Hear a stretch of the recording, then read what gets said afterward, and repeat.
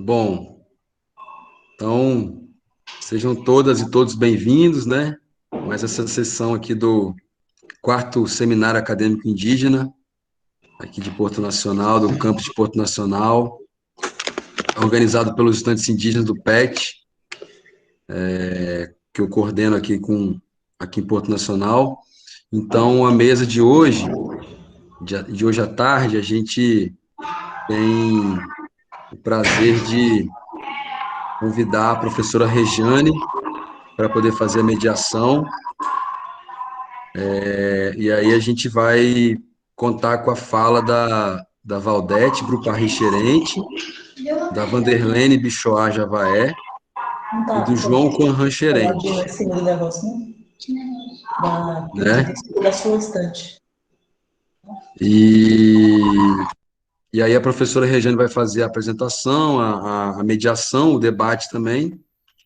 E aí eu queria só lembrar que daqui a pouco, mais tarde, né, às 19 horas, a gente tem a conferência de encerramento, né, do nosso seminário, que vai ser com a Sheila Pinagé, vai falar sobre como os Apinagé têm respondido à pandemia. E aí a gente conta com a presença de todos vocês lá também. Está sendo um evento muito bom, a gente está tendo um público muito bom, né, em todas as mesas, e mais de 100 pessoas inscritas. Então, a gente está tendo uma resposta muito boa. Hoje de manhã tivemos uma mesa muito importante sobre as experiências dos estudantes indígenas no ensino remoto, né? Então, foi bem importante, assim, a fala deles, a, a narrativa deles, né, sobre as dificuldades que eles estão enfrentando, sobre como é difícil para eles lidar com uma universidade que muitas vezes não ouve as demandas, né, dos povos indígenas. Mas, enfim, eu quero, então, passar a palavra para a professora Rejane, e dizer que daqui a pouquinho, em breve, eu estou passando a lista de confirmação da presença de vocês aí no evento. Tá bom? Então é isso, Rei, a palavra está com você aí. Obrigada, André. Mais uma vez, parabéns pelo seminário, que já é uma tradição no campus de Porto. É uma oportunidade muito significativa para a gente pensar, discutir a presença indígena na universidade e avançar, né? Tentar avançar para além de todos esses problemas que a gente vive. É uma alegria estar aqui participando, conversando, trocando ideias, principalmente ouvindo os alunos indígenas e estudantes, pesquisadores também. Quando o André me convidou para pensar essa mesa, contribuir, eu sempre penso nas meninas e nas mulheres que passaram, né, pela universidade, que já estão aí no mercado de trabalho, e também os meninos, os homens que também se formaram e que estão em busca de outros saltos, né, mestrandos, pesquisadores. Então, eu tenho a alegria de estar aqui com a Vanderlene Bichoá Javaé, que é enfermeira formada pela UFT, assim como o Eduardo Rompré, que participou ontem e hoje do seminário, né? A Vanderlene tem uma trajetória na UFT, que a gente poderia dizer assim, de muita luta, de muita garra. Quando ela chegou na universidade, como o André chamou a atenção hoje de manhã, ela não dominava a língua portuguesa. Ela, né, muitas vezes colocou isso e teve uma superação incrível, porque ela era como se fosse uma estudante estrangeira dentro da universidade, como o André muito bem colocou, né? Como se nós estivéssemos fora do Brasil fazendo um curso em outra universidade, e aos poucos é que a gente fosse incorporando aquela nova língua, né? E além da língua tem os conceitos, e além dos conceitos tem também aquelas disciplinas que os alunos indígenas nem sempre veem no ensino médio. Então, a Bichoá teve que se desdobrar para poder entender as fórmulas, né, de bioquímica, entender anatomia, e fez isso com muito esforço, com muita força de vontade, sem desanimar. Eu acompanhei toda a trajetória dela dentro da universidade. Então, é uma pessoa fantástica que eu sempre gosto de convidar para escutar, e que, quando saiu da UFT, foi trabalhar na saúde indígena. E isso, para nós, é muito satisfatório, porque a nossa ideia é de que a universidade possa contribuir para que os indígenas tenham inserção nos espaços de poder que diz respeito aos seus interesses, né? No caso, a saúde indígena, a educação, as questões ambientais, projetos, que os indígenas possam, eles mesmos, tomarem essas decisões, porque ao longo da história, essa visão tuteladora do Estado Nacional fez com que os indígenas ficassem à margem só recebendo projetos que vêm de fora, né? Então, com a presença de um indígena dentro da saúde, dentro do serviço social, né, dentro de todas as áreas, a área ambiental, a educação, é muito importante para superar essa condição. Então, a Vanderlei Bichoá, ela teve uma passagem muito marcante para todos nós do curso de nutrição e enfermagem da UFT, tivemos contato com ela, em função da força que ela demonstrava, né, ao se dedicar ao curso. Então, é com muita alegria que eu participo hoje dessa conversa, de outras que nós já tivemos, porque eu sou muito admiradora do trabalho que ela desenvolve na saúde indígena. E é uma alegria ter você aqui para conversar com a gente. Então, ela vai ser, né, a nossa primeira, e depois a gente passa para a Valdete. A Valdete Brupari, do povo Joaquim Xerente, os parentes aqui já, né, boa parte já conhecem, ela é assistente social formada pelo campus de Miracema. E tem também uma trajetória de muita garra, porque tinha uma filhinha pequena, a Sara era muito pequenininha quando a Valdete começou a fazer o curso lá noturno, lá em Miracema. Eu me lembro da preocupação dela com a Sara, e das dificuldades que era ter um bebê e ter que, à noite, atravessar a balsa para ir assistir a aula no campus. Então, é uma mulher de muita garra, uma guerreira, e tenho muito orgulho de ser amiga dela, de conhecê-la também, e orgulho de como ela fez bonito no curso, digamos assim, né? Porque ela fez uma monografia sobre a Bolsa Família na área xerente, e que depois inspirou outros pesquisadores a continuar com esse tema, né? Então, parabéns, Valdete, obrigado também por ter aceitado conversar conosco. O João, que também está nessa mesa hoje, que eu tenho o prazer de conhecer agora, eu já tinha ouvido falar, mas pessoalmente eu nunca tinha, né, estado com o João, né? Ele é licenciado em Magistério Superior e é mestre em Comunicação e Sociedade e professor do Centro de Ensino Médio Xerente, né, do CEMIX. Na dissertação de mestrado, ele pesquisou as razões e as consequências do desaparecimento do Aran, uma importante instituição social do povo aquém. E foi se orientando, né, André? Foi orientando o André. A Valdete foi minha orientanda, a Bichoá trabalhou com câncer do colo de útero, né, Bichoá, entre as mulheres de Avaé, e eu tive a alegria de participar da banca dela de TCC, de trabalho de conclusão de curso. Então, são esses três companheiros aqui, estudantes e pesquisadores profissionais valiosos, né, dos povos, representantes dos povos indígenas do Tocantins, que estão conosco para debater esses desafios. E eu começo com a Vanderlei, porque ela já avisou que tem uma reunião às 16 horas, da saúde indígena, né, onde ela trabalha, eu começo passando a palavra para ela, falar um pouquinho dos desafios da pandemia, e você esteve na linha de frente desse cuidado como enfermeira, né? Então, você passar essa experiência para a gente, e depois a gente abre para as questões, antes de você ter que se ausentar, tá certo? Então, tá com a palavra. Olá, boa tarde a todos. Todos estão me ouvindo? Estamos, eu estou.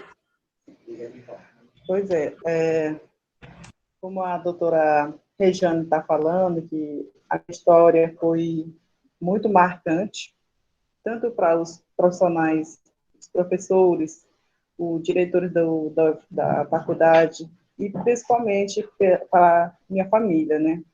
Porque eu sou uma indígena. Nasci e cresci na aldeia. Eu fui para a cidade depois de ser mãe. Eu tive que deixar 3 filhos na aldeia. Graças a Deus, meus pais eram vivos, né? pelo tempo, me ajudou muito, deixei umas crianças bem pequenininhas, meus pais cuidaram. Eu vim para cá, para a capital, com muita dor no coração, deixar os filhos não é uma coisa fácil, para a procura de se um futuro melhor para eles. Então, cheguei na UFT, só que eu sabia que era o curso de enfermagem, era integral.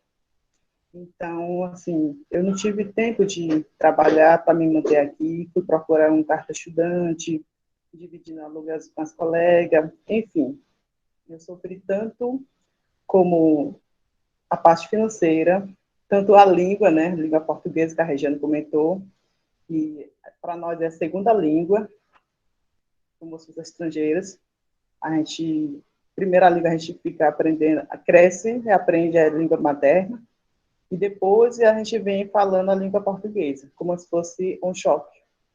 E quando eu cheguei na faculdade, era uma dificuldade total, porque eu estudei com as matérias que nunca vi no ensino médio, e antes de eu chegar na faculdade, eu tinha parado num bons tempos sem estudar. Eu fui casar bem cedo, uns 15 anos de idade. Eu não tinha nem terminado o ensino fundamental. Então, quando eu estava perdendo os tempos, tive que correr, fazer aquele estudo de EJA agora, né, suplente. Meu ensino médio eu terminei como suplente, e eu estudando durante 3 anos, terminei com 1 ano e meio. Então, assim, a disciplina que eu vi era como se fosse um resumido, não vi todos. E quando chega na faculdade, já era uma matéria que cobra todos. Os anos letivos que a gente estuda, principalmente bioquímica. Bioquímica estava o que lá dentro? De física, química, é uma matéria que resumia uma só. Onde eu fiquei assim, rodada. Eu tive muita dificuldade, eu tive que pesquisar, procurar as colegas de estudo, mas graças a Deus o UFT tinha um programa de monitoria para os indígenas. Essa é a oportunidade que nunca... Eu agradeço muito às meninas. Esse programa ajudou bastante no meu estudo, bastante, bastante mesmo. Tanto para a língua, tanto para os conteúdos de matéria, a gente estudava junto. Eu passava noites, dias, final de semana. Às vezes eu deixava de ir para minha aldeia, correr aquela matéria que eu estou pendente, que eu tirei a nota mal, fui péssimo, tenho que procurar a pesquisar, tenho que procurar estudar mais para que eu possa eliminar aquela matéria. Então, assim, o estudo foi uma luta, um desafio muito grande que eu encontrei na universidade. Então, assim, graças a Deus, eu chegando no ponto, eu conheci a professora Sônia, a professora Rejane, se aproximando. Elas tem um tempo que tem um ponto que cheguei até a desistir. A Rejane fala assim: não, você não vai embora. Você tem que terminar seus estudos. Seu objetivo não é ficar aqui, terminar com você fica. Eu vou te ajudar. Ela me ajudou de todas as formas. Tanto ela me ajudou bastante, bastante mesmo. Eu agradeço muito, muito essa mulher guerreira. Então, assim, com muita força, com toda a união, a força da união mesmo das colegas, dos professores, eu consegui essa batalha. Aí, saindo da faculdade, eu, graças a Deus, consegui um serviço aqui mesmo, na sede do DICEI, aqui do Distrito de Palmas. Eu trabalho atualmente na setor de enfermagem, parte da assistência de enfermagem. Eu fico colhendo os pacientes que vêm lá da aldeia, fazem consultas, exames, e onde eu vi a valorização do serviço dos profissionais indígenas, tanto valorizar o seu próprio povo, não é assim, o próprio povo, porque a gente recebe vários povos, principalmente Xerente, Afinagés, Craô, com muito orgulho, sempre fica na frente, conversando, acompanhando até o consultório. Primeiro, antes da consulta, eu pergunto a eles o que está sentindo, porque onde eu percebi que eles ficam confiantes, eles confiam para mim. Como eu falo que sou enfermeira, tal, mas se tiver dificuldade de falar, eu falo assim, de qual local, aí eles falando, só que eu entendo direitinho o que eles falam. Às vezes, os indígenas têm dificuldade, sim, falar com o médico, porque o médico tem aquelas palavras diferentes, o termo técnico de médico, enfermeira, onde realmente os indígenas têm dificuldade, sim. Eu acredito que esse meu serviço ajuda muito, bastante mesmo. Eu fico feliz trabalhar com o povo indígena. Ano passado chegou um vírus assim, diferente pela primeira vez. Assim, não foi na primeira vez, mas esse vírus foi mudou a vida dos brasileiros em todo o mundo, né? Então, ano passado eu tive que me deslocar aqui do Diceio, eu fui chamado para lá no Polo de Formoso do Araguaia, do povo Javaé, porque os profissionais, praticamente todos, se contaminaram com esse vírus.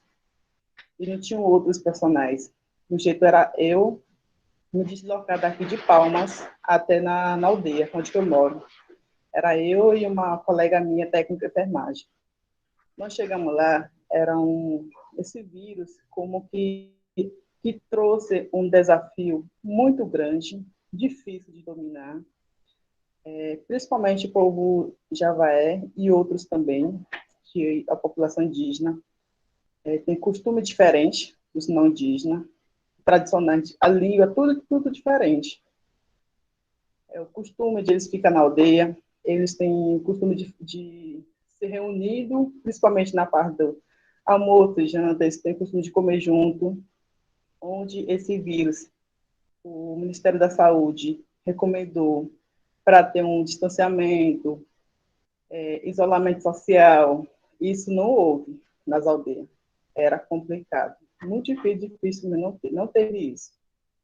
Então, assim, eu trabalhei um mês lá na minha aldeia, como se fosse um lugar deserto, que eu estava, como eu sou profissional, eu tenho que seguir o protocolo.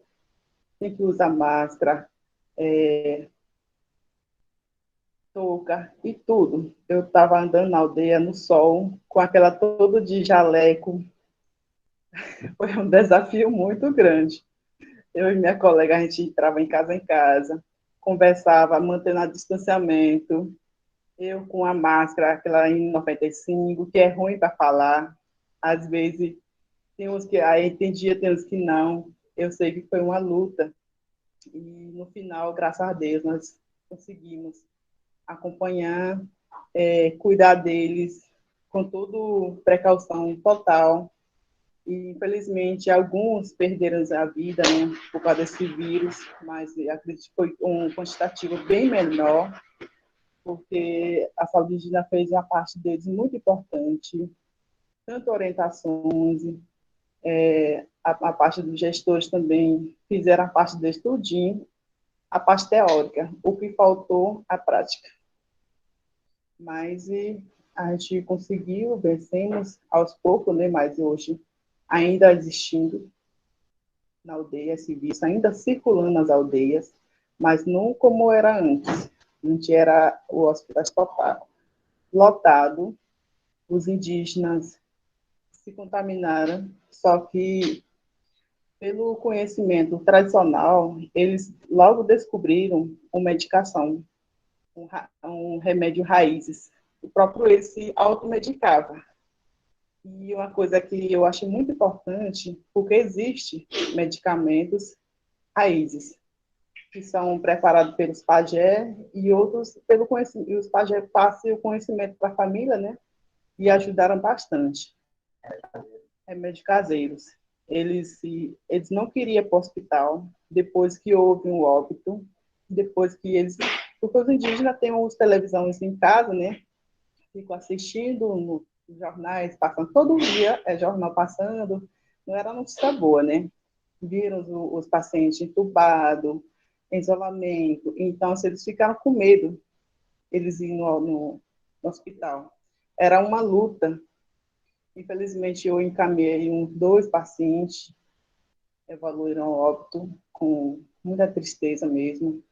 uma parte, a família fala que não, a enfermeira mandou que morrer, mas sim, mas eu fiz minha parte. Se eu não mandasse, ia morrer na aldeia também, era pior.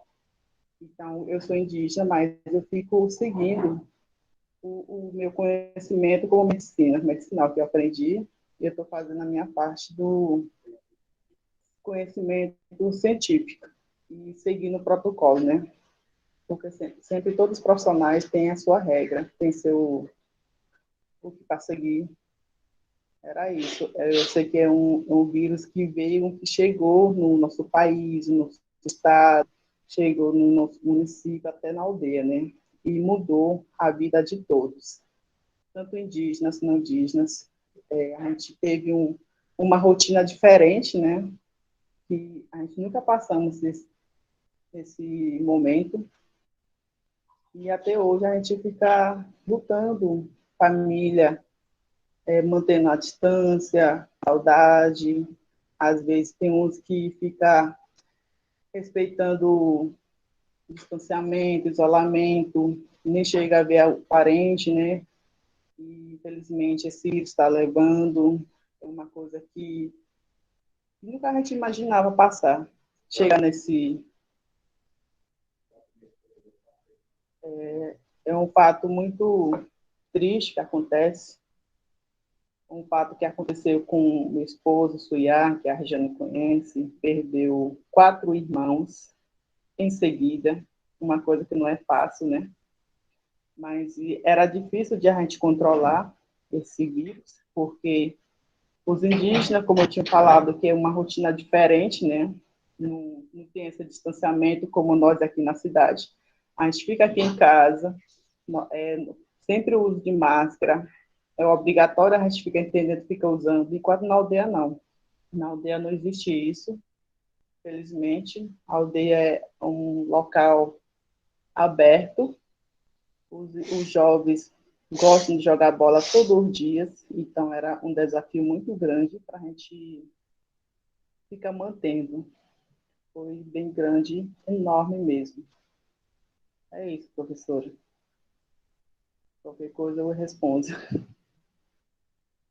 André, a gente passa a palavra para os três e depois abre para perguntas?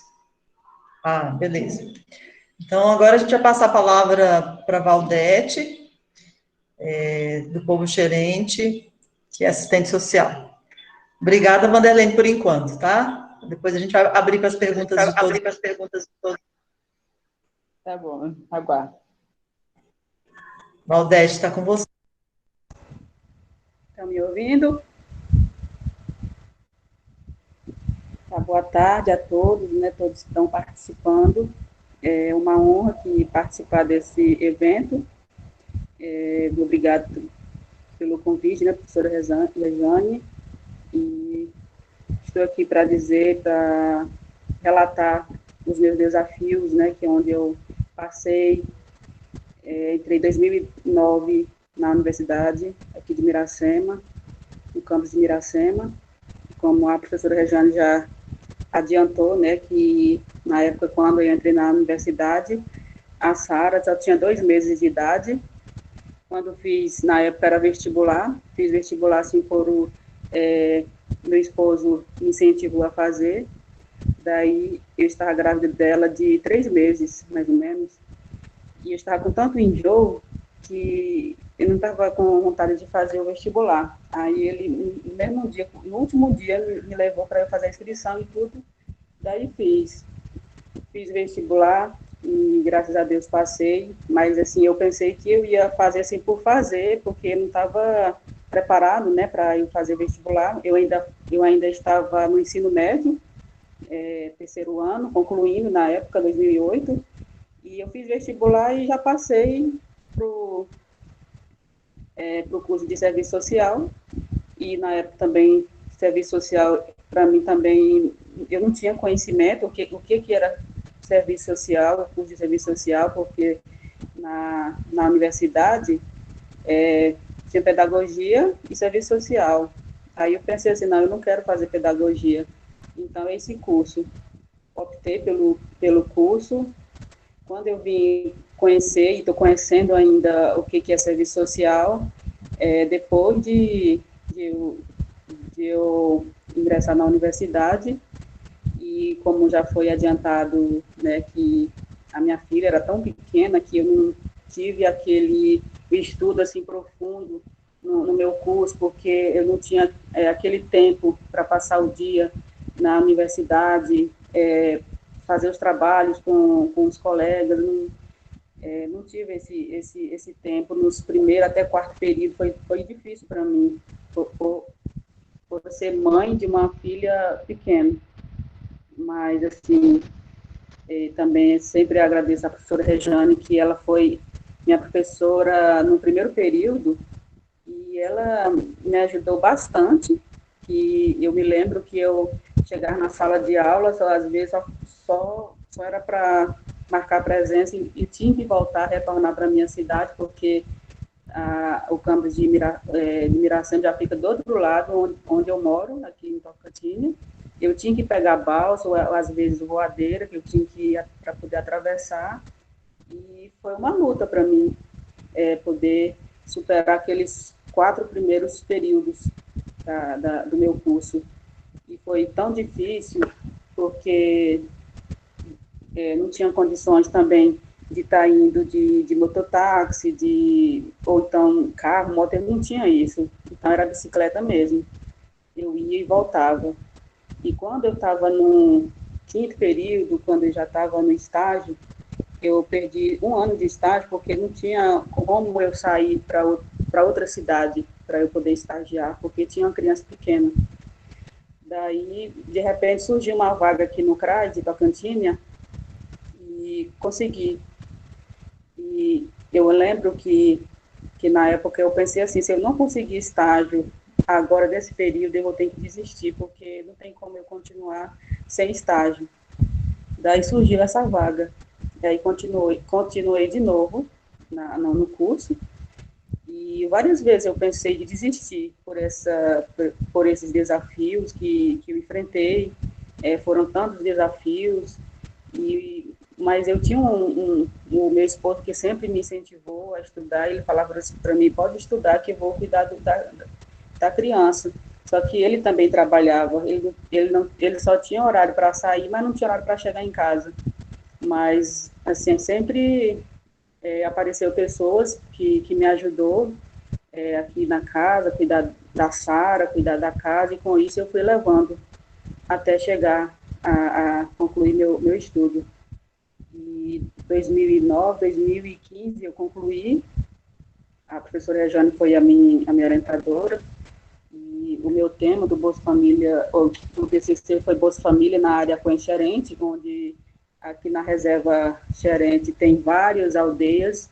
Optei pela aldeia Porteira, que é Dronzauí, e lá eu fiz a minha pesquisa, eu fiz o meu trabalho, e pretendo continuar a pesquisar, porque é um tema que cada dia mais a gente quer saber desse programa, né? Porque através desse programa, muitos indígenas que não têm salário, que não têm onde trabalhar, mas tem esse benefício do governo federal. Então, isso tem, na minha pesquisa, né? Isso ajuda, segundo elas, ajudam na despesa, né, da casa, por mais que não é aquele valor, um valor alto, mas que, segundo elas, consegue suprir as suas necessidades básicas, né? Também está ajudando o esposo, e com isso eu quero continuar meu trabalho dentro desse tema. E hoje, atualmente, trabalho aqui no município. Tive essa oportunidade, né, como indígena, de estar trabalhando no município. Comecei a trabalhar em 2017, e dentro desse período, desses anos até aqui, eu tive várias funções, assim, de adquirir experiências diferentes, mas dentro do CRAS, dentro da assistência social. isso era o meu sonho, né? Quando eu estava cursando o meu ensino superior e quando eu estava estagiando no CRAS, eu tive essa vontade de trabalhar no CRAS, e vontade de trabalhar com o meu povo, adquirir experiência e passar as informações para as pessoas que necessitam de informações, e estou sempre à disposição para estar passando essas informações, e todo dia eu adquiro experiência, porque no curso, na sala de aula, é uma matéria diferente uma da outra, então eu só vim aprender mesmo na prática, e estou aprendendo. E já trabalhei como assistente social do município, já trabalhei como assistente social da proteção especial, também na assistência também, e eu tive essa experiência. E no momento da pandemia, que desde o ano passado até aqui, ainda tivemos dificuldade, porque no momento parou tudo, nós não temos mais cursos, não temos mais, assim,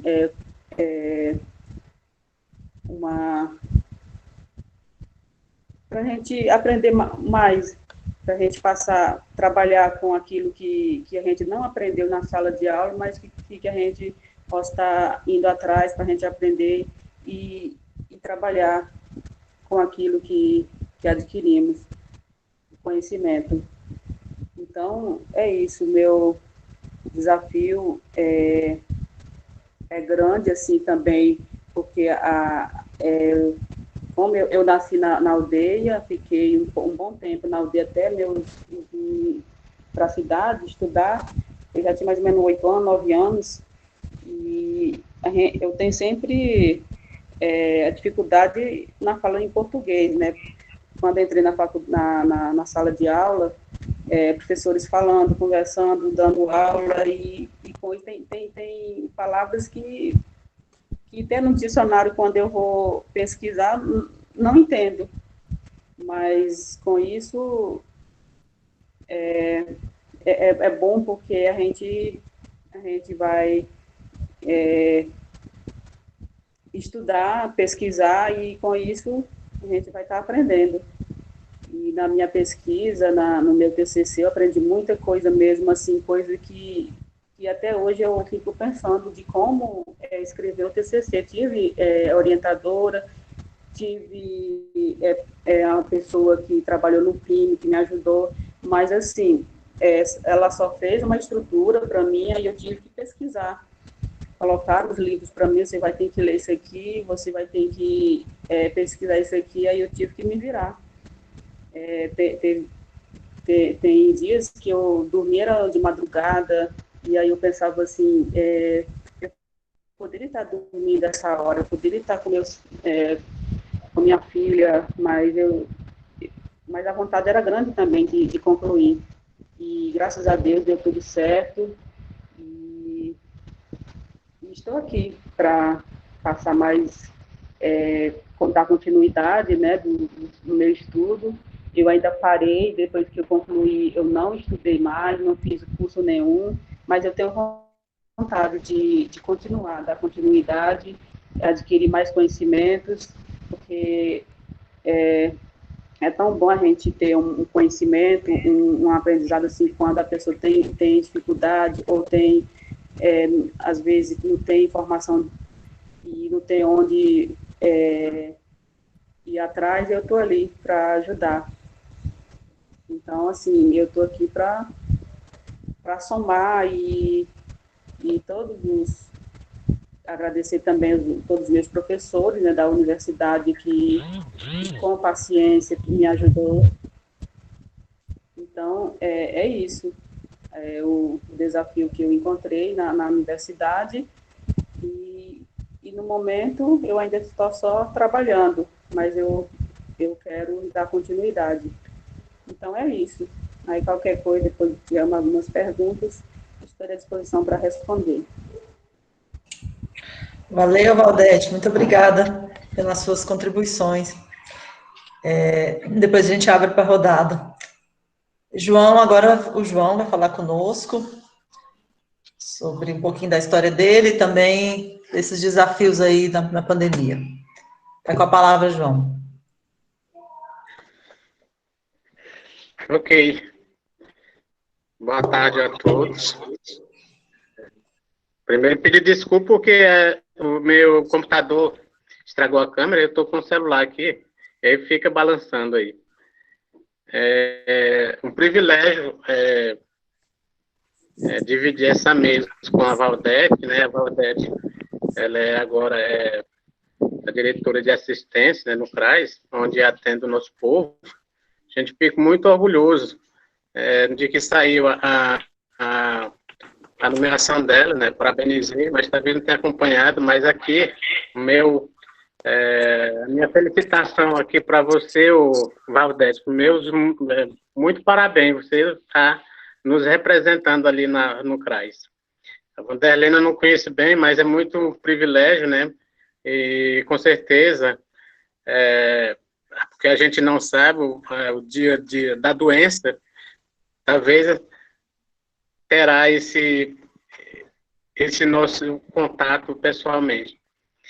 Então, com relação ao desafio dos indígenas, né, no contexto da pandemia, é porque a gente já tinha desafios, e a pandemia contribuiu bastante, né, negativamente, nos desafios dos povos indígenas, porque a gente tem o desafio do preconceito, discriminação, né, isso tem afetado, e a própria instituição tem contribuído, né, a representação do Estado tem contribuído para que isso se intensificasse, né, nesses últimos anos, e com a eleição de Bolsonaro, né, isso ficou claro e muito visível, né, no preconceito e na discriminação. Isso é um desafio que nós, povos indígenas, estamos enfrentando.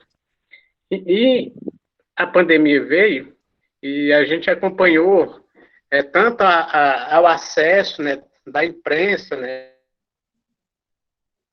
ele é representado de grandes empresários, tiveram essa dificuldade em acessar esses dados, né, para poder dar essa informação. Imagina o nosso, né? E aí aqui veio um recorte assim rápido, que no dia 31/12, né, 2009, essa doença foi anunciada na China. E com esse anúncio, né, o governo brasileiro, né, menosprezou a gravidade que essa doença traria à população mundial. E aí vem, né, em 27/3/2020, temos casos, perdi aqui, no Brasil, foi confirmado essa doença em 26/2/2020. E em 27/3/2020, temos um caso de morte pela Covid indígena no Distrito Federal, que a CESAI, através do Ministério da Saúde, né, foi menosprezado, e, ao nosso ouvir, pela manifestação da CESAI, a gente pode subjugar de querer responsabilizar esse indígena, de ter essa responsabilidade de deter esse vírus, com uma resposta de que ele não estaria em áreas indígenas, e que estaria na cidade de Brasília. E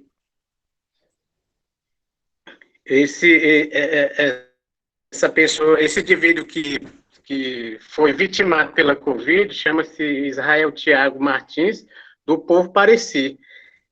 Isso já demonstrava que era um recado que o governo não teria um planejamento de conter esse vírus ao nosso povo. Em 1/4/2020, o Brasil confirma o primeiro caso indígena da Covid em Amazonas. E Dia 18/3/2020, o Tocantins registra o primeiro caso de Covid no Tocantins. Aí, 18/3/2020, deu um xerente, né? E aqui, mas antes,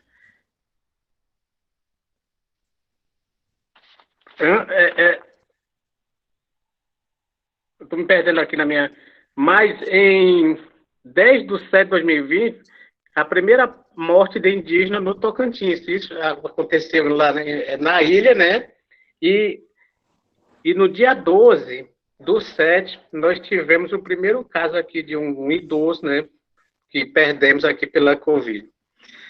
Eu fiz esses dados, eu sei que a maioria tem estudado, né, esses casos que aconteceram, e partindo dos desafios que até aqui nós temos enfrentado, isso afetou na questão social e econômica, porque aqui em Tocantins temos artesãos que fazem, né, artesanatos e vendem seus artesanatos para poder suprir as necessidades, fazer suas compras das cestas básicas para suas casas. Isso afetou bastante, um dos desafios que nós temos enfrentado, e quando vejo aqui virtualmente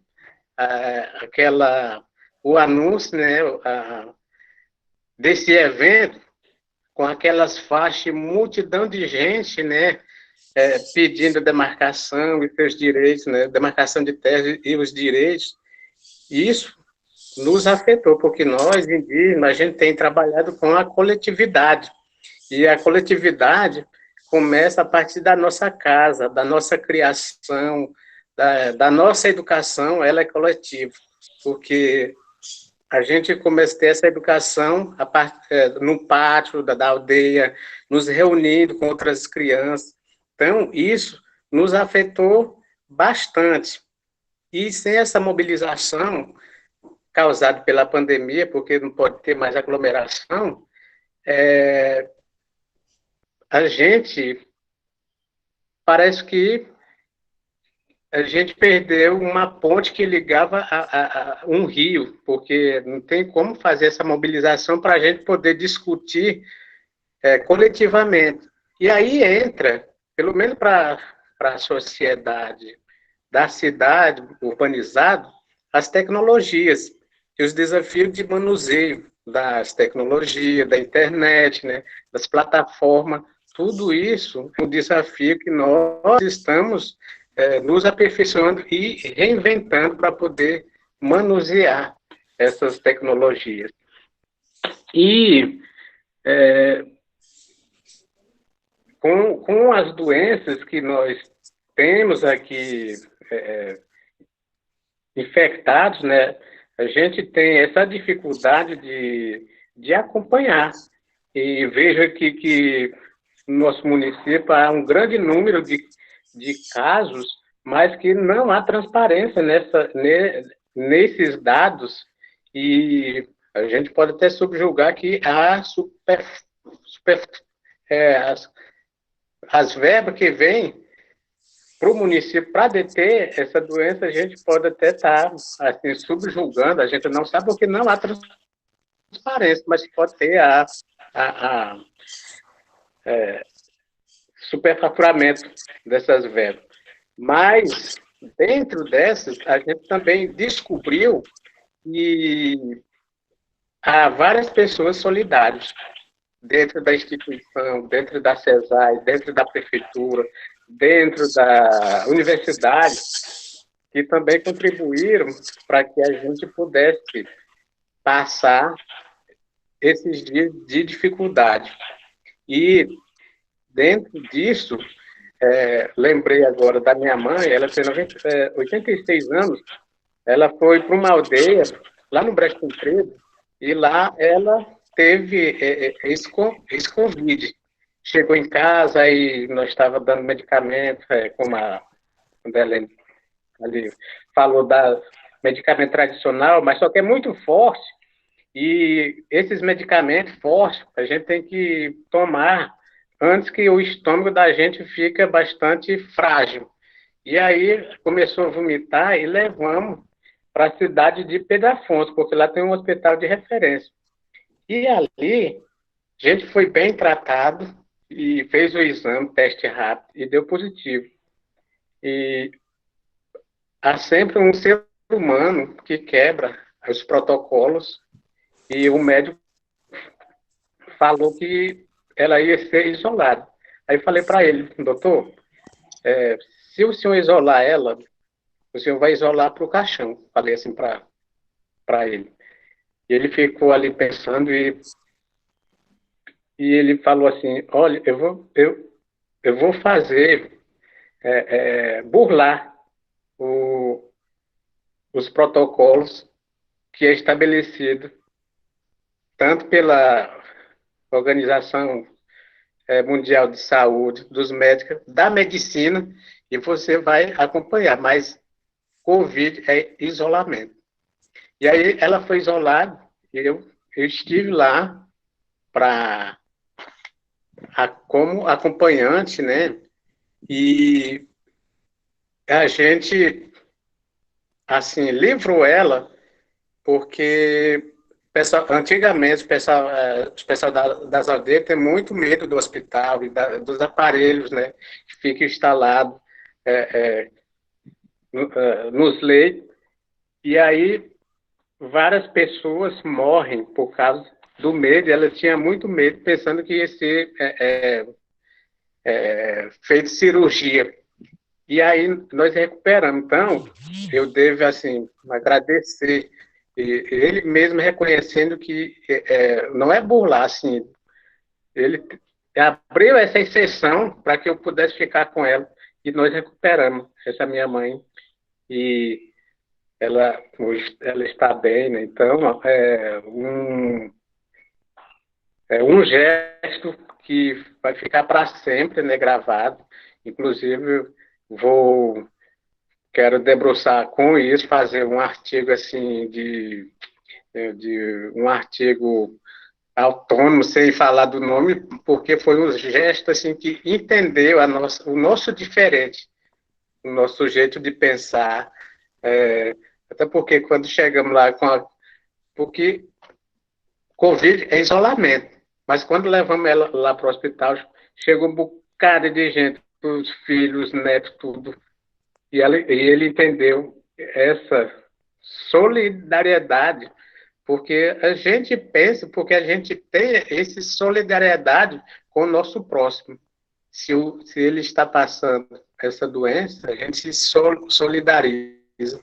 Então, foi um gesto, assim, e muito corajoso também, de, de colocar o nome dele, porque cientificamente, né, pelas diretrizes que normatiza os protocolos da Covid, ele foi muito corajoso de demonstrar esses gestos e nos entender.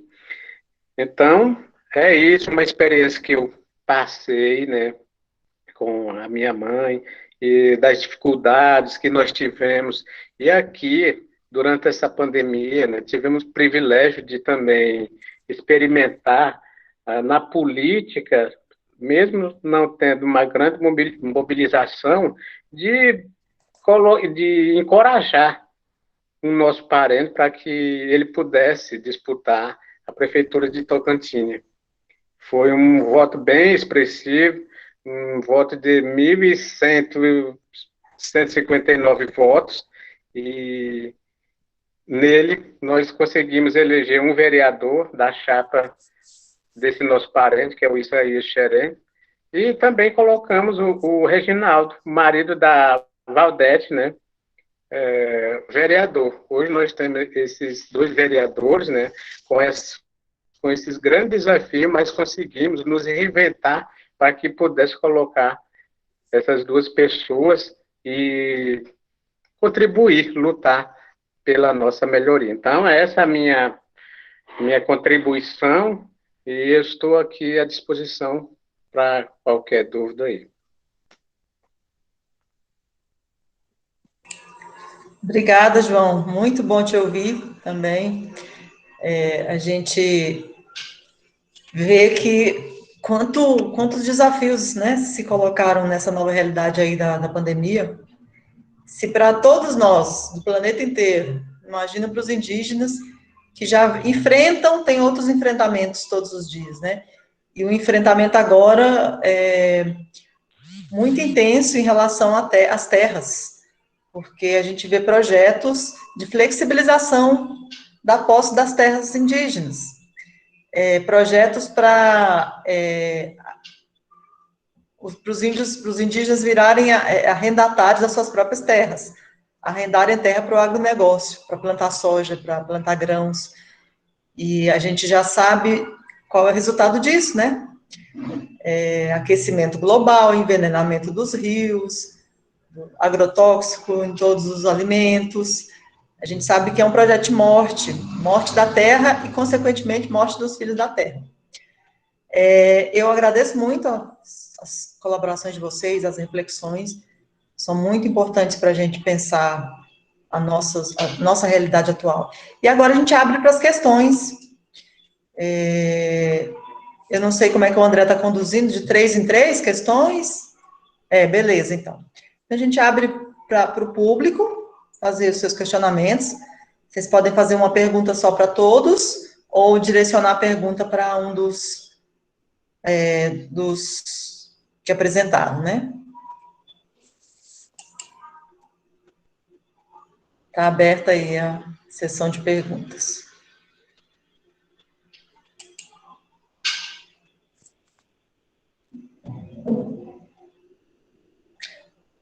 Ninguém, por enquanto? Então, eu vou fazer uma pergunta. A minha pergunta a Vanderlene já respondeu em parte, que era sobre o uso dos medicamentos da cultura, medicamentos tradicionais, e o João também mostrou aí como esses medicamentos foram usados também, né? E ressaltou a diferença nos sistemas de cuidado. Nós temos aí, quando a saúde indígena se institui, né, e vai para dentro da área, ela vai ter um encontro com o sistema de cuidado indígena, o sistema de saúde indígena, que já é estruturado há milhares de anos, já tem os seus protocolos próprios. E me chama a atenção, que eu achei interessante, a Danuta, que é uma médica formada pelo UFT, que trabalha numa terra indígena, que agora no momento eu não me lembro, mas eu participei de um podcast com ela, organizado pelo pessoal da comunicação da UFT, não com ela, mas no mesmo podcast ela estava falando sobre a experiência dela com a Covid e o povo indígena onde ela trabalha. E ela diz que insistiram muito, teve um período que ela precisava encaminhar uma criança para o hospital, e a família não queria. E ela ficou entre os dois sistemas, né, o sistema de saúde tradicional e o sistema de saúde hegemônico, né, que ela representa, que ela é médica dentro da área indígena, assim como a Vanderlene Bichoá é enfermeira, e representa também um tipo de conhecimento, né, que é o que ela aprendeu na universidade, mas também está ali com o pé no outro mundo, que é o mundo indígena. E ela recebeu uma resposta muito interessante da avó da criança. Ela disse, a gente não vai deixar, porque nosso sistema de cuidado aqui é no colo. A gente cuida dos nossos filhos, no colo. Então, nós não vamos deixar que a netinha vá para o hospital. Não deixou.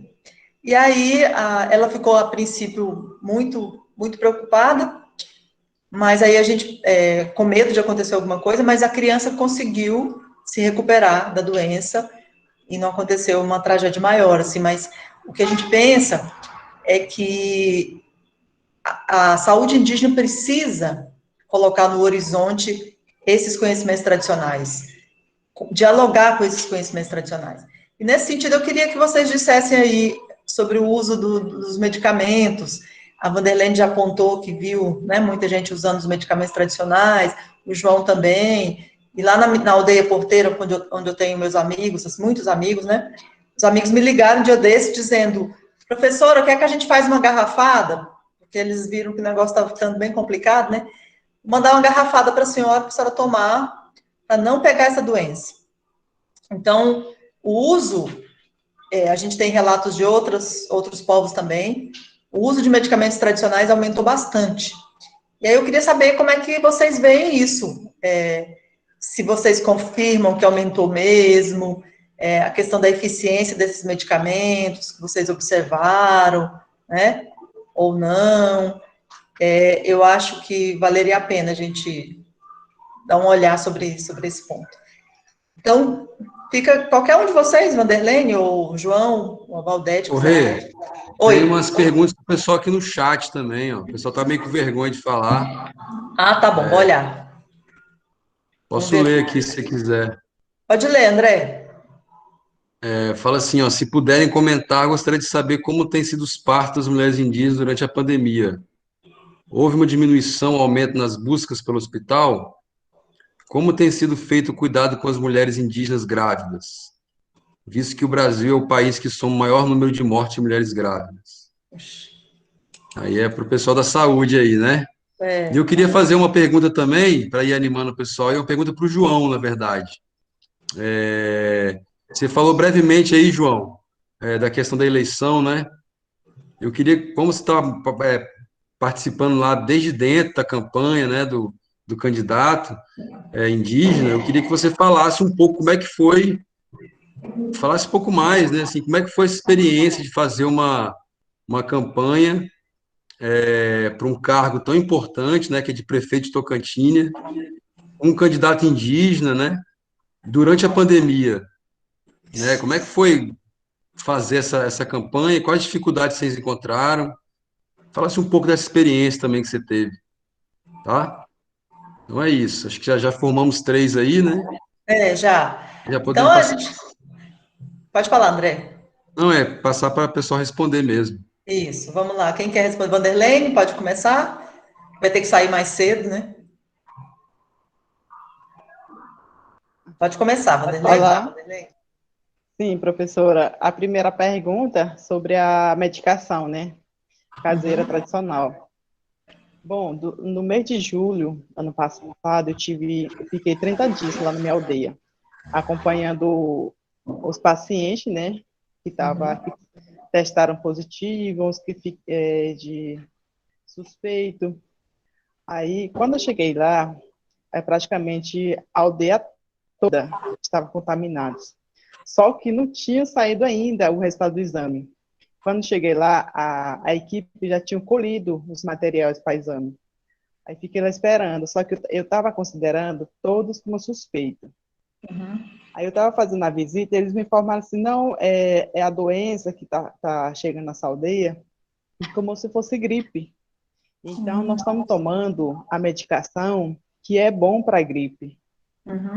Eles faziam um chá de boldo, mais conhecido era boldo, gengibre, e outros que eles buscavam no mato. Isso aí eu não sei chegar a ver, e não conhecia o nome também, mas eu sei que, como o João falou, é uma medicação muito forte, é uma medicação muito azeda, ou bem como se fosse um risco maior para o estômago ou para o fígado, né?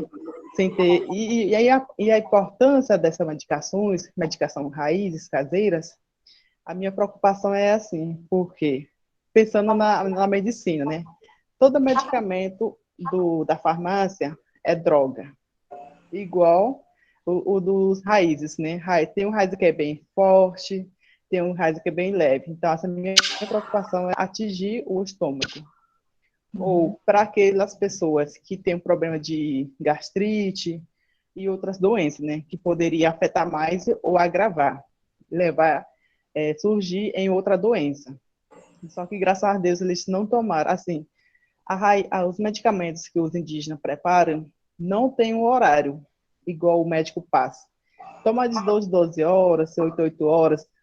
Nas aldeias, não. Quando eles preparam medicação, colocam na mesa, é para consumo, em hora em horas.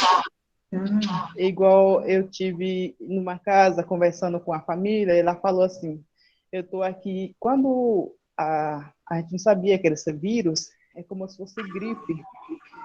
Meus netos estavam caídos no chão, como se fosse bêbado. Todo mundo estava ruim, ruim.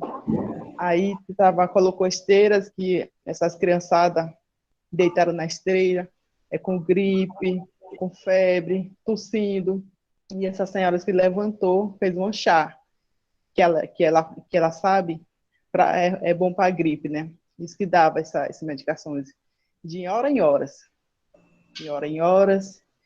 E dava banho também, doutora, é uma coisa muito importante. Dava banho, colocava na cabeça, jogava até na cabeça, até na ponta dos pés.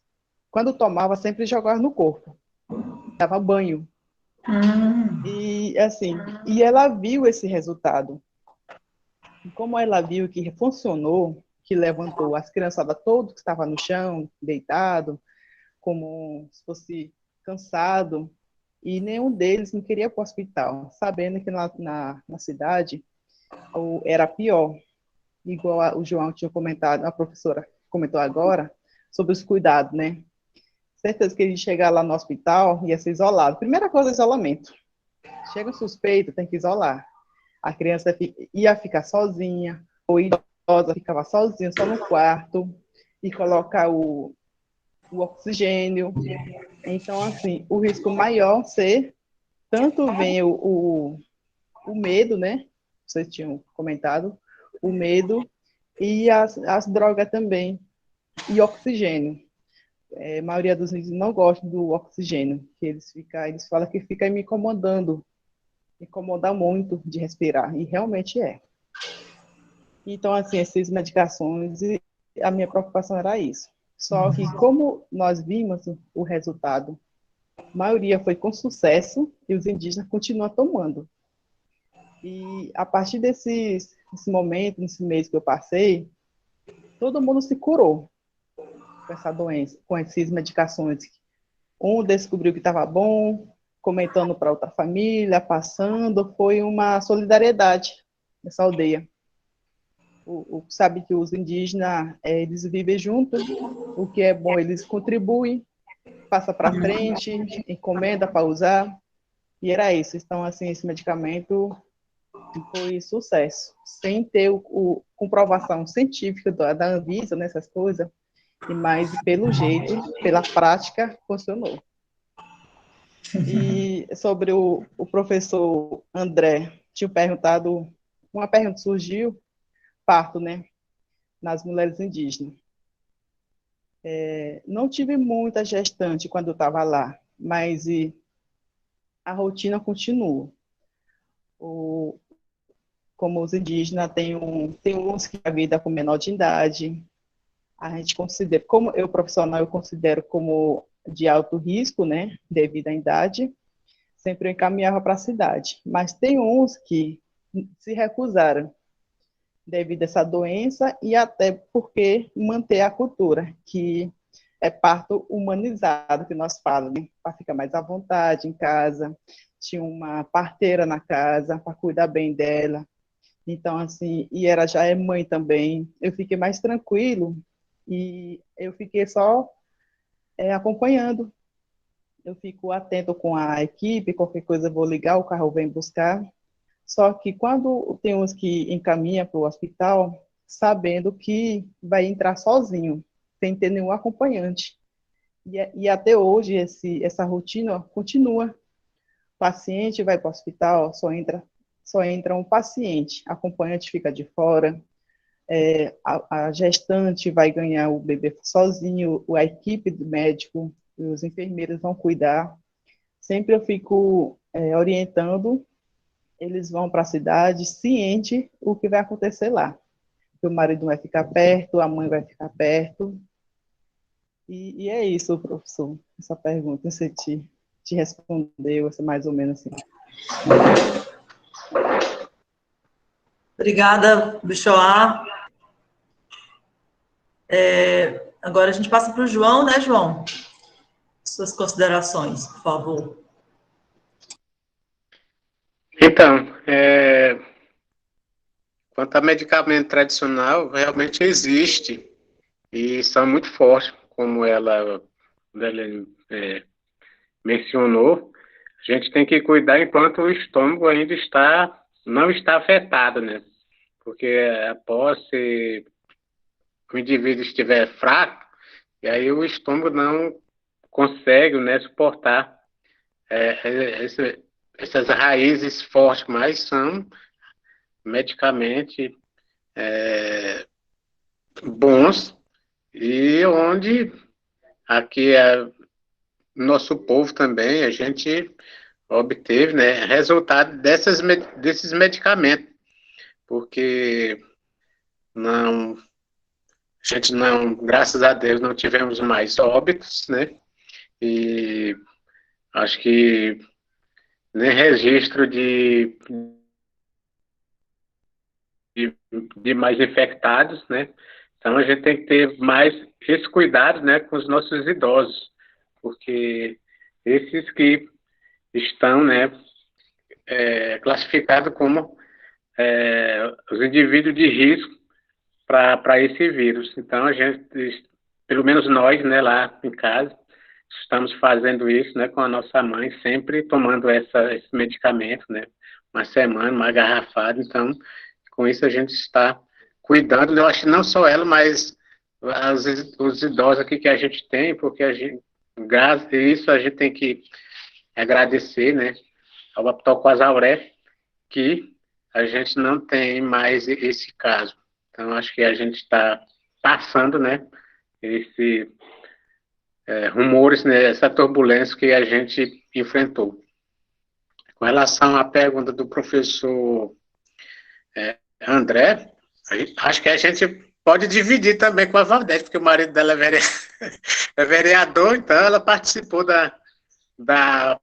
dessa mobilização aí da política intensamente, junto com o marido dela. Mas aqui, falando da nossa mobilização, pelo menos para nós, foi assim, positivo, porque a gente não, porque a política ali na cidade, não só em Tocantins, mas em toda a cidade, né, ela é conduzida pelo recurso, dinheiro. E a gente não conseguiria competir de igual para igual, porque a gente não tem esse poder aquisitivo de recurso, de dinheiro. Então, pelo menos nessa parte, para nós foi assim, positivo, porque a gente usou mais essas redes sociais para que a gente pudesse fazer a nossa, assim, como era antes, com certeza a gente não conseguiria tá assim, não conseguiria competir com os outros que tinham dinheiro, porque claro que os pessoal vão lá, vão para essa pessoa que tem poder aquisitivo. E tem um menino que ali de Porto Nacional conheci, e faz geografia, ele te conhece bem, o professor André, e ele faz uma pesquisa de voto de Cabresto, e ele me passou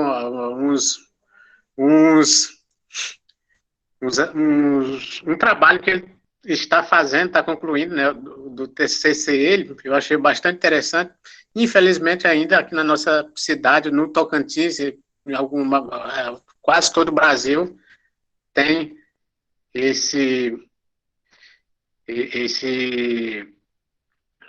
como é que fala, esse fazer dos políticos, né, de voto de Cabresto. Então, era isso.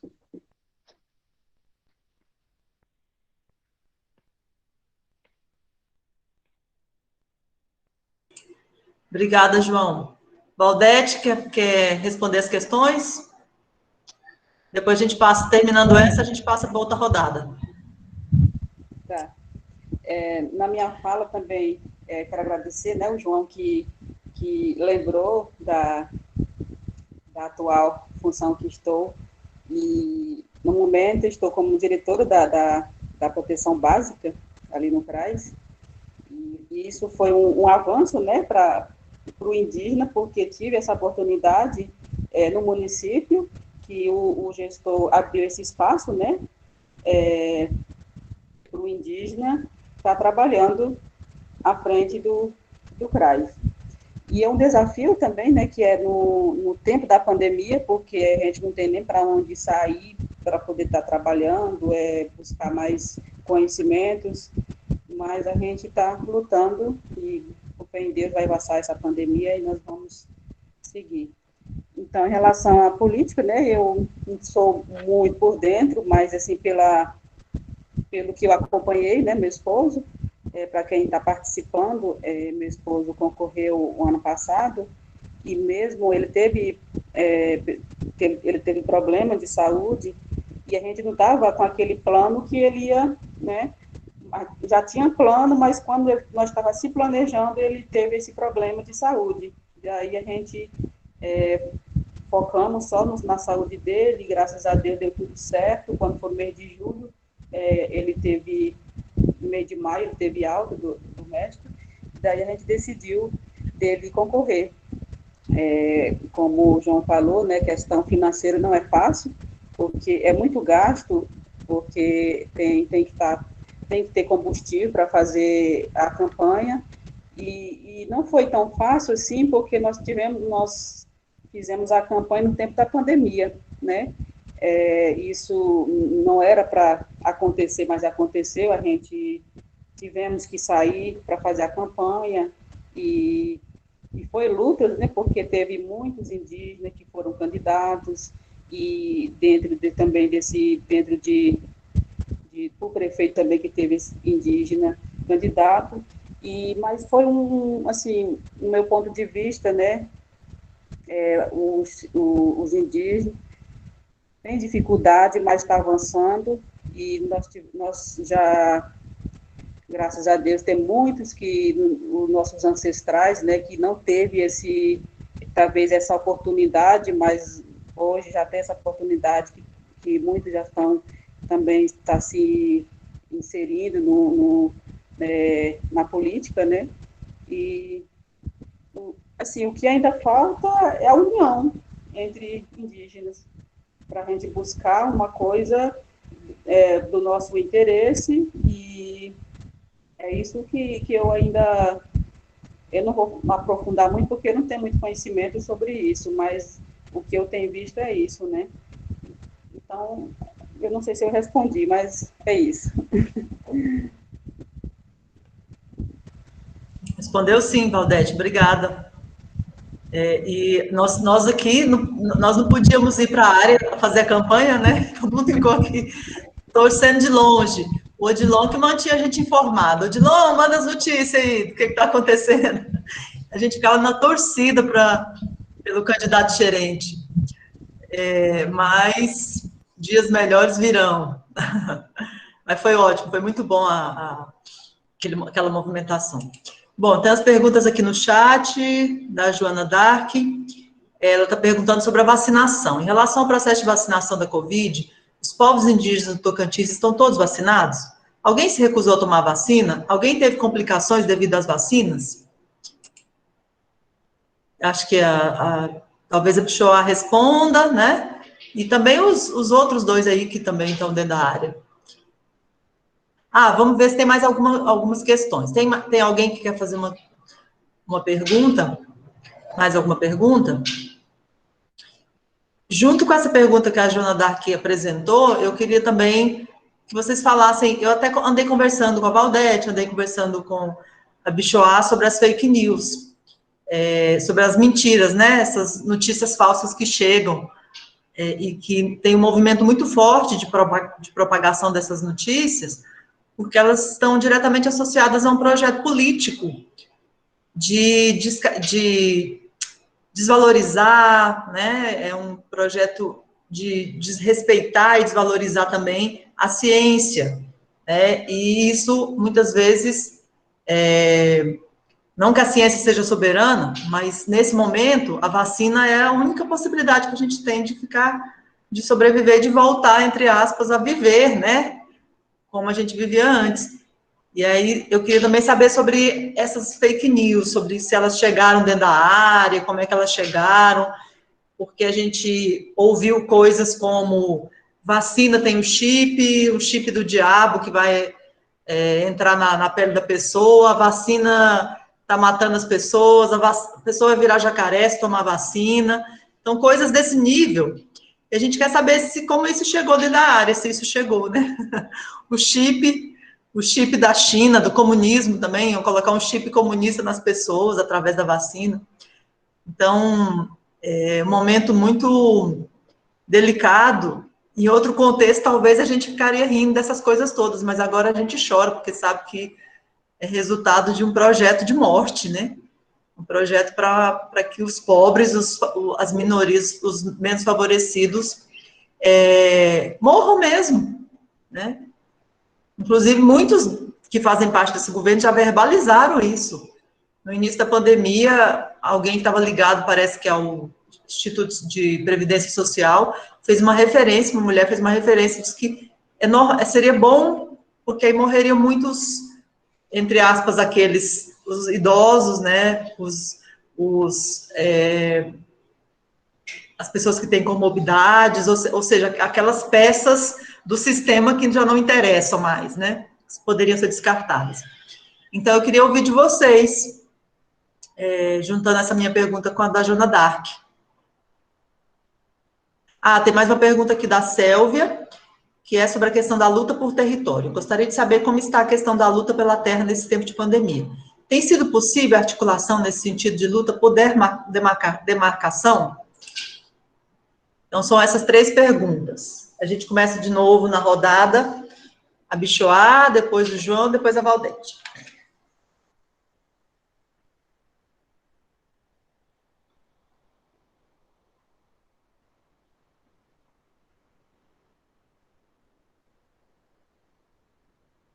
Valdete está com problema no áudio? A Valdete não... É a Bichoá. Bichoá está com problema no áudio?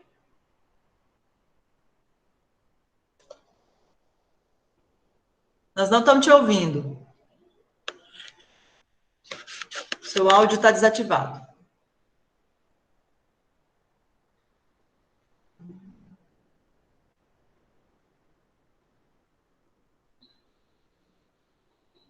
Agora sim. Está me ouvindo, professora? Então. Descarregou, professora. Desculpa. Primeira pergunta, né, sobre a Joana está perguntando sobre a vacinação.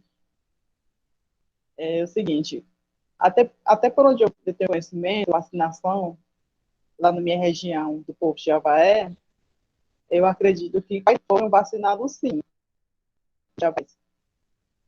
Alguns que se recusaram, mas não foi muito, poucas. Graças a Deus. E é que fecharam com 100%. Fiquei muito feliz. Fake news chegou lá sim. Que tinha uns profissionais lá, eles conseguiram inverter essa mentira. Então, essa pandemia evitar aglomeração. Reunir, tiveram duplos casos antes de vacinar. Ele conversava muito, falava sobre a importância da vacina. E claro que a vacina não era 100%, mas sim, 70% era de intenção. E graças a Deus o povo já vai estar todo imunizado. Ou seja, foram todos tomar a vacina, né? Mas imunizados não garanto, né? E outra coisa, sobre esse fake news, rodou sim, e os indígenas se recusaram, falaram que virariam jacaré, porque eles viram na televisão, né, uma coisa que não era real, uma coisa que não tinha certeza, mas a equipe de saúde conseguiram inverter essas informações. E sobre a vacina também, falaram que eles colocam para si mesmos, falaram que por que os indígenas são prioritários.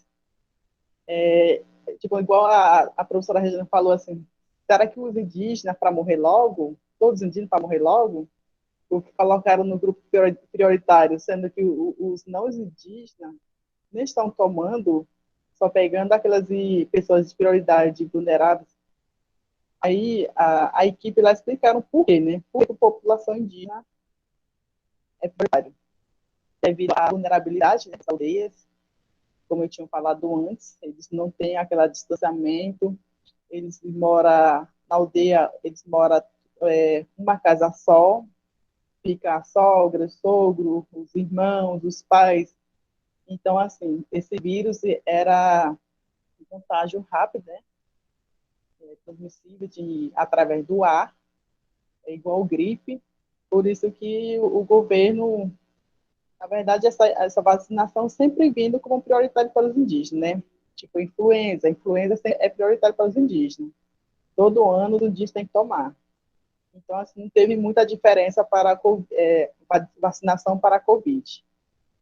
Só que esses dias, nesse tempo agora, o que está sendo mais discutido sobre os indígenas desaldeados. Era para ter essa sigla, esse nome, né, desaldeados, sendo que nós indígenas, e continua indígena.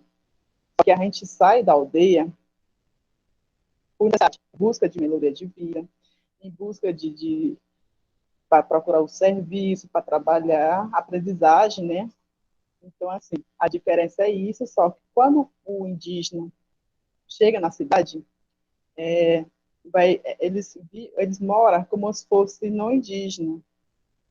Assim que começa a alugar uma casa para morar na cidade, lá vai ter um aumento do município. Assim que eles alugam uma casa, vai ter um endereço. Mora na avenida tal, lote tal, número tal, esse endereço, no município, inclui lá a de saúde, lá vai ter o postinho de saúde, referência, assim que os índios moram na cidade, vai chegar lá uma de saúde, visitando eles, para saber como é que eles estão, falar sobre as consultas, se precisa de alguma coisa. Aí, na saúde indígena, o que acontece? Para eles moram na cidade, já é o índios urbanos, como se fosse, chegou na cidade, agora quem vai cuidar deles é o município. Esse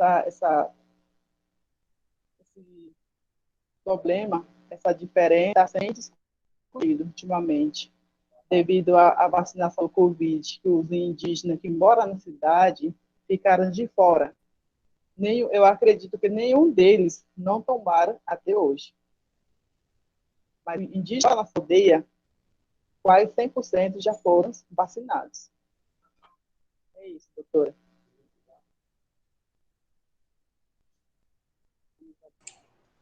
Ok, Vanderlene, obrigada pelos esclarecimentos. Agora a gente passa para o João.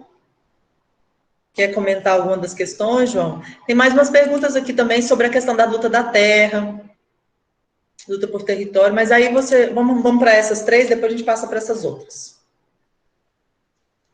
Tá bom. Aqui, pelo menos aqui na aldeia onde eu moro, teve muita rejeição sobre a vacina. Uhum. Na primeira vez que o carro entrou lá com a vacina, quando foi feita a campanha, né, somente eu e minha esposa, né, para encorajar a comunidade daquela aldeia, né, nos vacinamos, somente eu e minha esposa. E aí veio a segunda dose, somente nós também. Eu estou conversando com eles e agora estão pedindo. Aí, tomei a última dose, não aconteceu nada comigo, porque eu estava com medo de epilético, quando tomasse, né, esse remédio e tudo isso, não aconteceu nada, estou aqui vivo. Aí eu estava até falando para eles que eu posso morrer de outra doença, agora com essa doença não vou ter mais, não vou morrer por essa doença. Então, encorajei eles, e eles estão pedindo, inclusive amanhã eu estou indo para a cidade, eu vou passar lá no polo, e pedir para eles passar lá para poder levar essa vacina lá para aquela comunidade. Essa informação, né, desinformação, na verdade, caiu bastante, os jovens, né, têm acesso a essa informação, a essa desinformação nas redes sociais, e aí eles vão fazendo, né, essa cadeia de desinformação nas aldeias, e com isso eles ficaram bastante com medo, mas acho que a maior parte, eu não sei o número exato, né, o Polo deve ter esses dados, né, quanto à porcentagem, né, da vacinação, mas na minha aldeia teve bastante a rejeição da vacina. Mas eu, como educador, sempre trabalhando para encorajar e formar opiniões na minha comunidade, né, eu e minha esposa tivemos que vacinar para encorajar. E está dando certo, e amanhã eu vou passar lá no polo para poder levar essas vacinas. Quanto à demarcação essa articulação, hoje,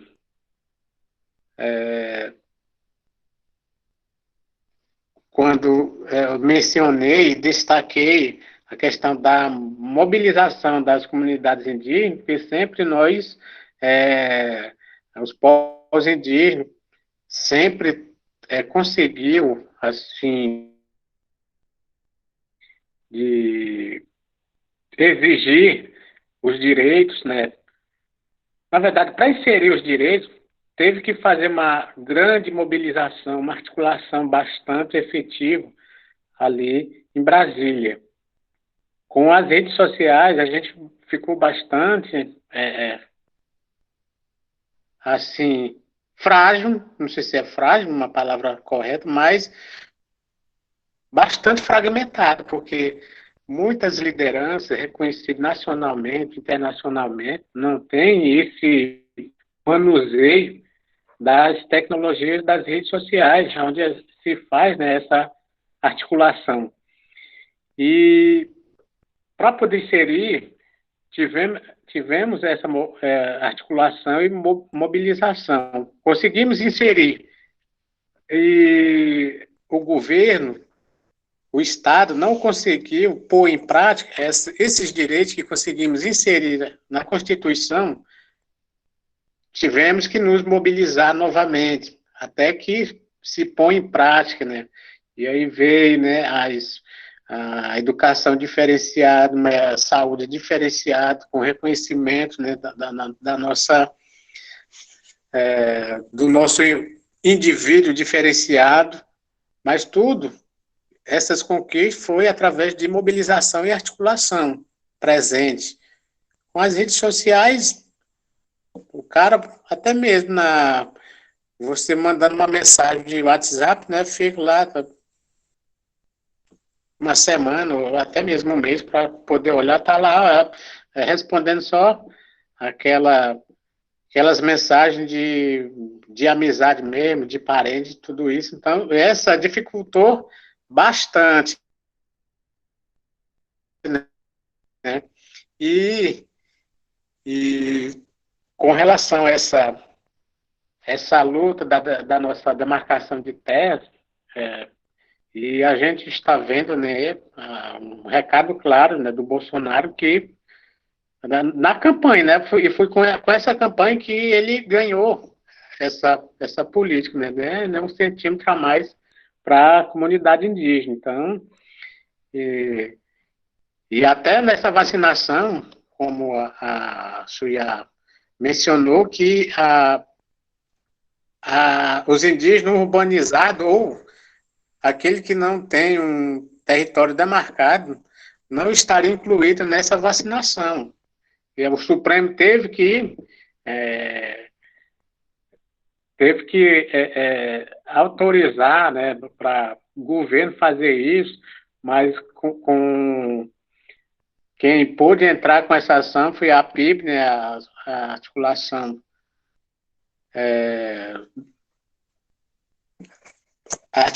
dos povos indígenas do Brasil, e para conseguir que esses indígenas urbanizados, ou que não tenham o seu território reconhecido, para que pudesse ser vacinado. Então, pelo menos assim, a nossa articulação, hoje em dia, ele é representado pela a PIB, né, tem a COIAB, né, sua rede de organizações indígenas, né, tem a PISUL, da região sul, e tem a POIM, né, da região nordeste, e tem os parceiros, né, o próprio CIM, tem as universidades, esse pessoal, não a universidade, mas as pessoas simpatizantes de desafios, simpatizantes indígenas, da causa indígena, está conosco nessa frente. E parece que também, como a professora mencionou agora há pouco, parece que está tendo essa articulação de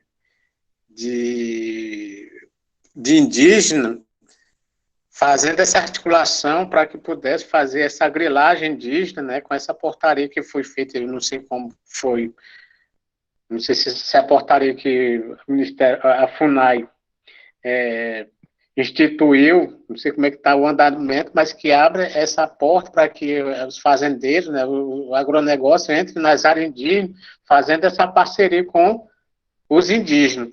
Está se formando essa linha de movimento que vai ao contrário das organizações indígenas que vai em defesa dos direitos indígenas. Então, é esse momento que hoje em dia a gente estamos convivendo. É isso. Obrigada, João. Valdete, quer comentar alguma coisa das questões dessa rodada ou não? Está com a palavra. Da vacina eu falo de mim mesma. Como o João falou, né, das pessoas que moram na cidade, eu moro na cidade. Pertence à aldeia Porteira, mas eu moro na cidade, e em relação a isso, de início falaram que a gente não ia ser vacinado, né? E, na verdade, eu passei alguns meses sem vacina, e com um pouco, depois de tanta luta, eu fui lá no polo, daí tomei a primeira vacina, né? Quer dizer, a primeira dose.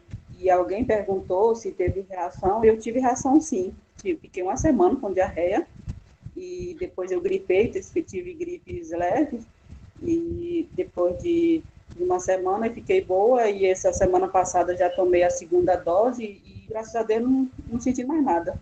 E estou aqui esperando a imunização, o meu corpo, né, porque parece que é depois de 20 dias da segunda dose, uma coisa assim, e é isso, da minha própria experiência. Obrigada, Valdete. Agora a gente passa para ter mais questões aqui no chat, vamos lá. O pessoal está perguntando aqui, são duas questões sobre a educação nas aldeias, né? A Elaine quer saber sobre como estão as aulas para crianças e adolescentes que residem nas aldeias. A Joana Dark, ainda em relação à educação escolar indígena, como aconteceu o processo de ensino remoto nas aldeias? Eu acho que o João é a pessoa mais indicada para responder, porque é professor, né? Como é que está aí, João? Depois a gente passa para os outros também, para as outras. Então, eu sou orientador aqui do CEMIX, né? E como a gente sabe que o orientador, ele é designado para trabalhar com alunos que tiveram, né, pouca aprendizagem. E a dificuldade continua a mesma, né? Primeiro porque a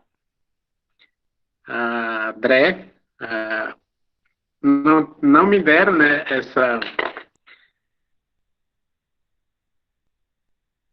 de veículo, porque a nossa escola tem várias aldeias e uma extensão geográfica bastante grande, e requer um transporte exclusivo para que eu pudesse atender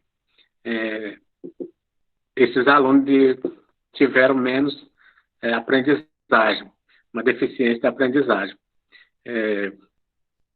Diria que eu reconhecendo que falhei nessa minha função devido a essa estrutura, não por mim ou por vontade, mas por falta da estrutura da instituição SEDUC. As atividades, né, o estudo, as atividades remotas foram feitas, os professores produziram em casa, né, porque os professores, eles fazem esse trabalho remoto, e aí prepararam as atividades em casa, e a escola imprimiu essas atividades, a gente criou um e-mail para que o professor enviasse, né, essas atividades, e nós, como faz parte da equipe diretiva, né, da escola, imprimimos, organizamos e passa por um processo de higienização. O transporte escolar também passa por essa logística de higienização e foi escalado, né, 2 professores em cada rota. Aqui nós temos 13 rotas, parece ser 12. E aí 2 professores saem, né, tudo com jaleco e para poder entregar essas atividades, né, para os alunos. Então foram feitos assim a nossa atividade remota, e nas aldeias também foram feitos assim, porque foi estabelecido, né, para as escolas assim. Então foram feitas as atividades remotas assim na nossa escola. Certo, João, obrigada. Valdete e Bichoá, querem comentar alguma coisa sobre educação? Não, professora. Não, tá certo. Valdete? Ok. Bom, então agora a gente... Eu vou falar aqui rapidinho. Pode falar. Porque sou mais focado na área da saúde, né? Eu não tenho muito conhecimento dessa parte da educação indígena. Mas, assim, por alto, eu vejo e eu fico sabendo, né? Que ensino remoto não foi fácil para todos, né? Porque as criançadas, eu acredito que saíram muito prejudicadas, porque é um ensino muito diferente.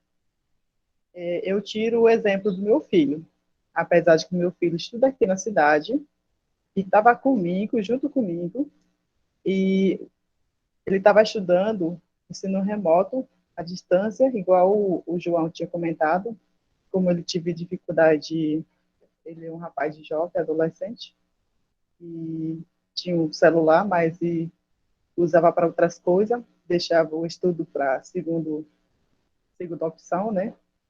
Aí eu tive que pegar a atividade desse lá na escola. Mas eu peguei o resultado, ele falou assim para mim: mãe, eu prefiro ser reprovado do que passar de ano, porque eu não aprendi foi nada.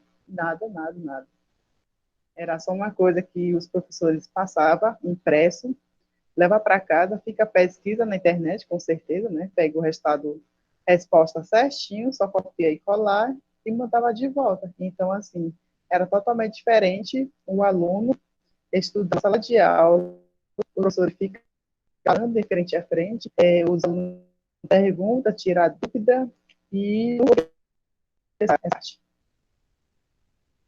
aluno tem que se virar.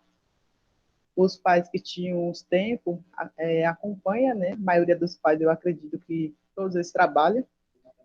Não tem muito conhecimento igual os professores que estão preparados, né? Para essa parte de ensinamento. Então, foi assim. Eu mesmo não aprovo não, ensino remoto. É isso, professora. Obrigada, Bichoá. Realmente, esse ensino remoto está deixando a gente maluco e a gente não vê muito resultado, né? Aí a gente continua com as questões. Vamos ver se tem mais alguém querendo fazer perguntas. Eu acho que não. De repente pode fazer uma rodada final, né? Se não tiver mais ninguém para falar, e a Isso. gente Uhum. passa para o pessoal fazer as Encerra, né? considerações finais, né? Cada um fazer as considerações finais deles aí. Exatamente. Então, a gente agora passa para o nosso encerramento. Se vocês quiserem, façam as suas considerações finais, começando aí pela Bichoá, depois Valdete, depois João. Tá com a palavra, Bichoá. Oi, Rejane. Assim, eu só tenho a agradecer a muito, principalmente a professora Rejane, o professor André, que está participando da mesa redonda. Foi muito um prazer mesmo. Fico feliz por ter convidado a participar dessa mesa. Foi muito um debate bem aproveitoso, tirando as dúvidas, troca de ideias, troca de conhecimento, né? Eu sou Javaé, tem um povo xerente, tem a professora Rejane, tem o professor André, da outra universidade, né? Mas, assim, eu sei que foi bem aproveitoso.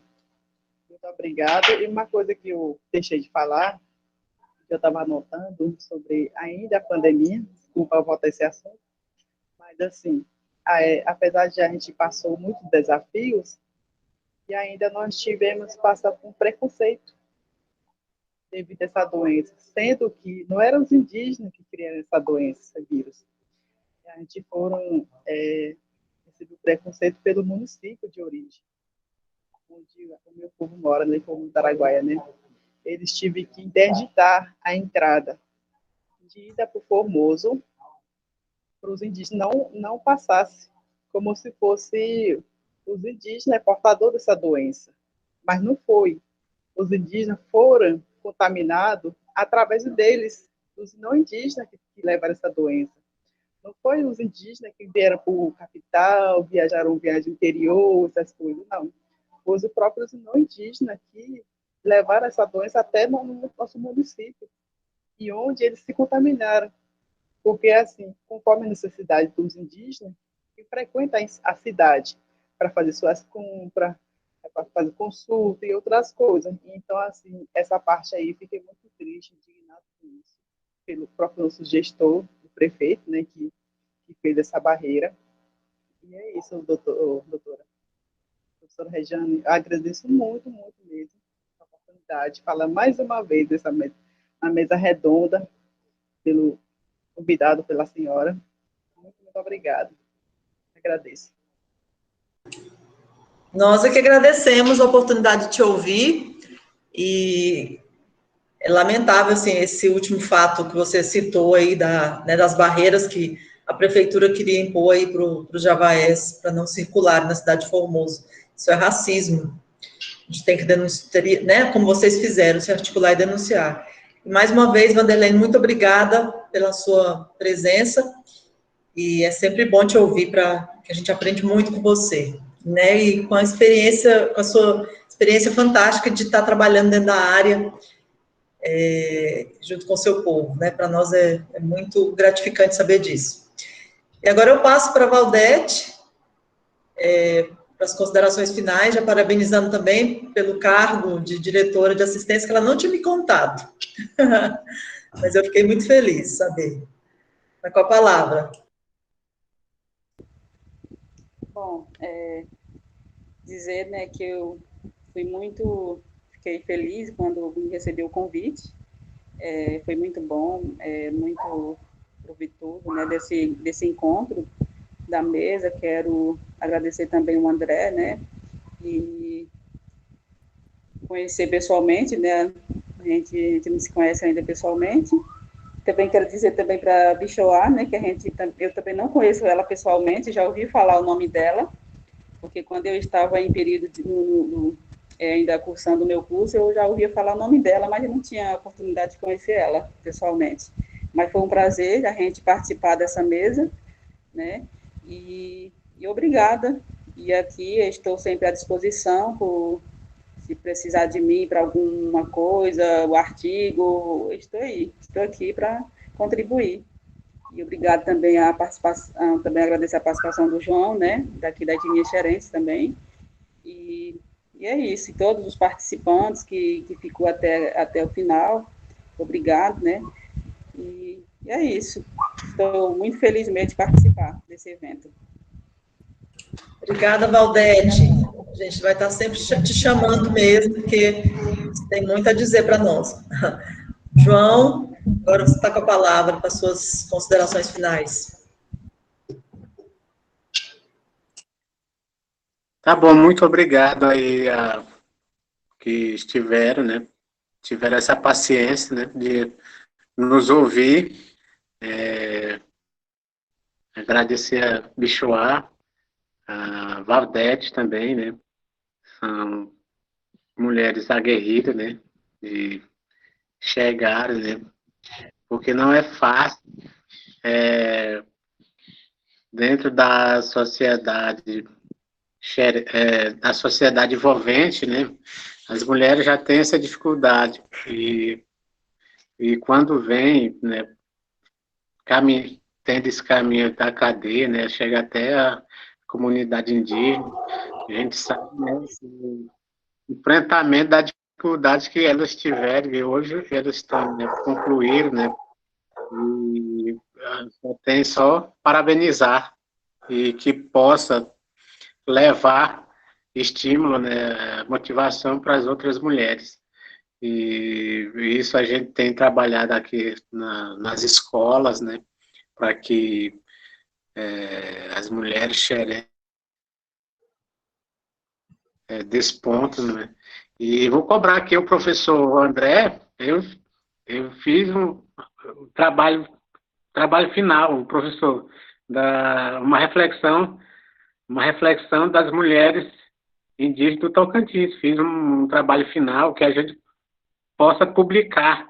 E aí eu faço esse caminho, né, citando das mulheres que inspiraram, né, outras mulheres. Hoje está aí a Valdete, a Pichoá, né. Eu faço esse histórico, né, das mulheres que tiveram essa coragem, né, sem um estudo científico nenhum, mas que tiveram, né, essa garra de lutar para defender os direitos delas e também de seus povos. Então, assim, muito obrigado, né, professora Rejane, foi muito bom te conhecer. Professor André, né, quase que não dava certo eu participar, mas deu certo, né, ele me cobrou uns 3 dias, mas consegui me organizar e eu estou aqui. Então era isso, muito bom. Que bom, João, te ouvir. Muito obrigada. Foi um prazer te conhecer também pessoalmente. Já tinha ouvido falar de você. Pessoalmente não, né? Através dessa tela aqui, mas a gente vai se conhecer depois, pessoalmente. Muito obrigada. Foi um prazer, mais uma vez, estar com vocês aqui conversando. Obrigada também aos participantes. Obrigada, André, pelo convite. Eu devolvo a palavra agora para o André. E um abraço para todo mundo. Tô doida para ir para a área. Assim que eu vacinar, ninguém me segura mais. Vou lá vou visitar a Bichoá lá no Javaés, que ela vai agora para o Polo. E vamos lá. Voltando da área Xerém. Vou te cobrar, professora. Pode cobrar. Pode cobrar. Legal, legal. Bom demais, gente. Mesa maravilhosa, viu? Muito bom mesmo. Gostei demais. E, João, vamos sim, não conhecer esse seu trabalho, não. Quero conhecer. Manda para mim aí quando você tiver um tempinho para a gente conversar sobre ele. Então, assim, né? Queria agradecer a presença de todos da mesa, da Regiane, que organizou aí junto comigo, de cada um de vocês aí, cada uma que participaram, né? No momento mais cheio da sala, a gente chegou a 45 pessoas assistindo ouvindo vocês, então a gente teve um público muito bom, né? Mais uma vez. E agora, convidar vocês para o nosso encerramento hoje, às 19 horas, com a Sheila Pinagé, falando sobre, continuando essa conversa aqui, né? Mas trazendo a questão para outro povo, que é o povo Apinagé, né? Como é que foi a questão da pandemia, né? Em relação ao povo Apinagé, quais foram as respostas que os Apinagé deram a essa pandemia. Tá, pessoal? Então, obrigado. E aí, é isso, a gente segue na luta, né? Seguimos na luta, ouvindo os indígenas e aí andando junto com eles. Tá bom? Muito obrigado. Boa tarde aí, até de noite. Gente, abraço para todo mundo, muito obrigada. Abraço, André, abraço, João, Valdete, Pichoá, Dark. Obrigada a todo mundo, um abraço. Abraço, Rê, valeu. Tchau.